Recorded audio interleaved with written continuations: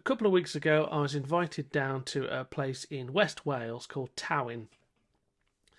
And the job there really was for myself to install some chassis into some PR40s, some amplifiers into some PR40s, and then do a runner just before the soldering iron comes out so that Amanda could do the clever business of putting in these restored chassis and then working out some way of rigging up some reverb.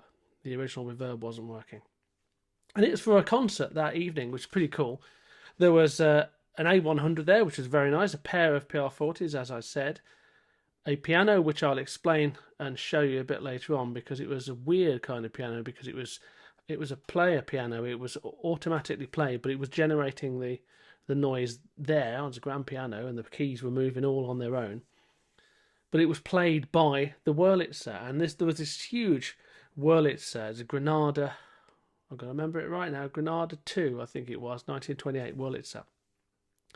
And I was lucky enough, really, to be able to meet the guy, David Lowe, who was playing it that evening. And it had been brought over and restored and put into this place quite a while back.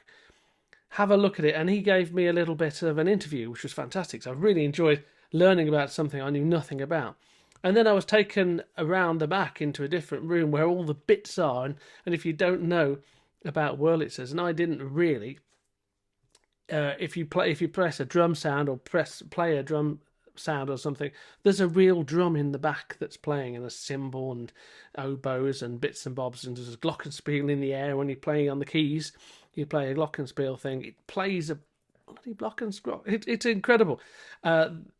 For when it was 1928, the mechanics and the pneumatics are just amazing. So I thought you might find that really interesting. As an organ player, you know, I used to listen to Ogden on the organ on radio. God, I want to say it's Radio 4, I guess.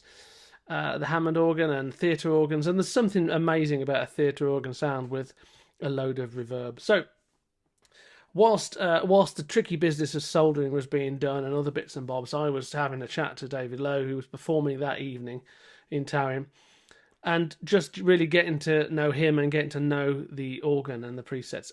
I thought it was really fascinating. Hopefully you do too.